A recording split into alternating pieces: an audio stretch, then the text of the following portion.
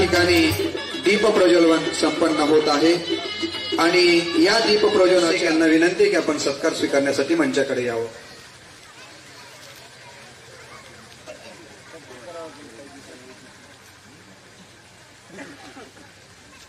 मातोश्री भीमाई व्याख्यानमालेचं हे 13वं पुष्प. आज सावित्रीबाई फुले यांची पुण्यतिथी पण आहे.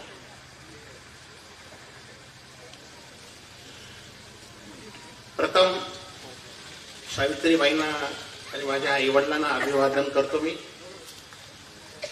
या कार्यक्रमाचे अध्यक्ष श्री नारायणराव क्षीरसागर ते विख्यात वक्ते आहेत, साहित्यिक आहेत, डबल MA आहेत आणि घटनेचे मोठे अभ्यासक आहेत, भारतीय राज्यघटनेचे. आजचे प्रमुख वक्ते वेदपाठक सर. तर वेदपाठक सरांचा परिचय त्यांच्या वक्तव्यातून तुम्हाला होईल. या परिसरातल्या जेवढ्या व्याख्यानमाला चालतात त्यांच्या प्रेरणेनं चालतात.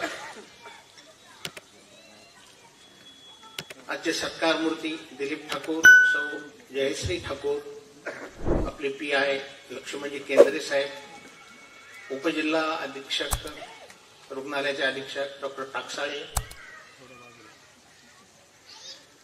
माझी पत्नी, सर्व पत्रकार, भीमाई व्याख्यानमाला संयोजन समितीचे सर्व सदस्य, विविध संघटनांचे सर्व सदस्य. मी 5 मिनिटं करतो कारण आपल्याला पुढे जायचे. 13 वर्षाचा हा प्रदीर्घ प्रवास आहे. माझे मित्र मैनुद्दीन आहेत, मेघदे आहेत आणि आता मुखेड भाषांना आम्ही 13 वर्षात वेदपाठक सर भरपूर विषयावर मेजवानी द्यायचा प्रयत्न केला. या भागातली पोटाची भूक संपली. आता खाऊ घालणारी खूप आहे, विचारांची भूक अजून जागृत आहे म्हणून व्याख्यानमाला चालतात. आणि अशा व्याख्यानमाला हे पोषण करतात. पालन पोषण मध्ये पालन म्हणजे आहार आणि पोषण म्हणजे वैचारिक आहार.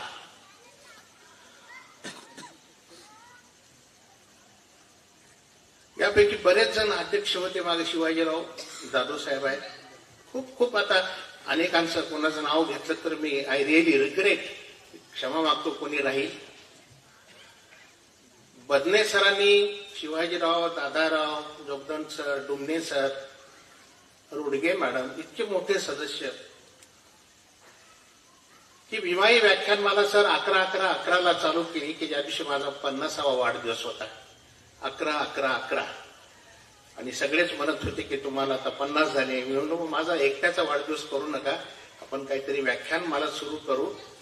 आणि मग आम्ही व्याख्यानमाला केली. नंतर वडील गेले, मग त्यांच्या नावानं पुरस्कार आपण प्रदान करतोय.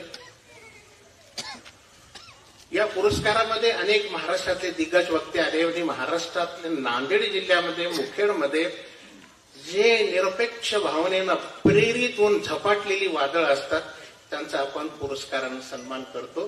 त्यातलं एक झपाटलेलं वादळ म्हणजे दिलीप ठाकूर.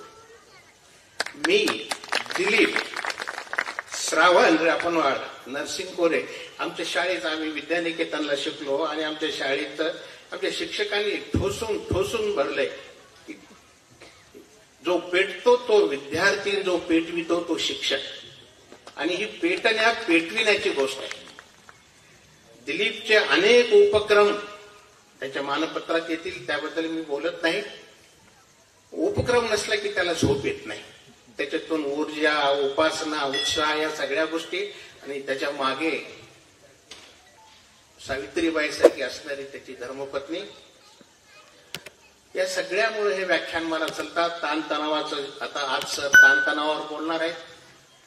तणाव नाही असं सर भारतात एकही माणूस नाही. छोट्या लेकरापासून राष्ट्रपतीपर्यंत तणाव आहे. केंद्रे साहेबांना सगळं माहित आहे. आमच्या डॉक्टरांचं तर तणाव एवढं आहे की माझं तर असं आहे की तणाव से दोस्ती हो गई है किस कदर, तणाव होता है तणाव नहीं होने पर. तणाव जर नाही आला तर त्याचं टेन्शन येते मला. 37 वर्षात 74 वर्षाचं डे नाईट काम झालंय. पण ह्या व्याख्यानमाला तुमच्यासमोर विचाराच्या रूपानं आम्ही ठेवण्याचा प्रयत्न करतो. वेदपाठक सर पेरण्याचा खूप प्रयत्न केलाय. सगळंच पेरलं नाही, सगळंच उगवलं नाही. पण हा ज्ञान यज्ञ, अखंड यज्ञ त्याच्या आमचा व्याख्यान मालेमार्फत चालू असतो. या कार्यात माझी पत्नी, आमचं सगळं कुटुंब, आता आमची मुलगा, आमचे बंधू, सुनबाई सगळेच आलेत आता. तर हे सगळी पिढी आता वैचारिक पिढी पुढे जावा असा आमचा प्रयत्न आहे. व्याख्यानमाला घडवून आणणं भयंकर अवघड गोष्ट आहे. नाकी 9 येतात माणसं बोलवता बोलवता. कालांतरानं वक्त्यासोबत श्रोत्यालाही मानधन द्यावं लागते काय अशी भीती वाटायला लागली. आणि विचार कसा पेरावा कधी कधी मी गांगारून जातो.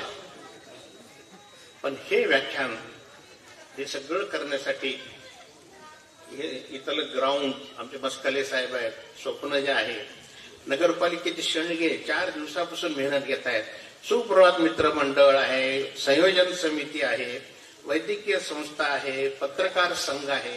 मी पत्रकार संघांना आता एकाचं नाव न घेता विशेष धन्यवाद देतो की निरपेक्ष भावनेने इथल्या पत्रकारांनी माझं सर्पदंशाचं वर्क पुढे नेलंय. सगळं भीमा इलाक्याने भरभरून प्रतिसाद दिलाय. त्या सर्व पत्रकारांना मी धन्यवाद देतो.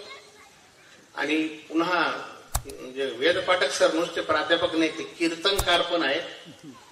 सर मी सगळ्यांना आवाहन करतो की बाबा आमच्या विचार दिंडीचे तुम्ही पायी व्हा.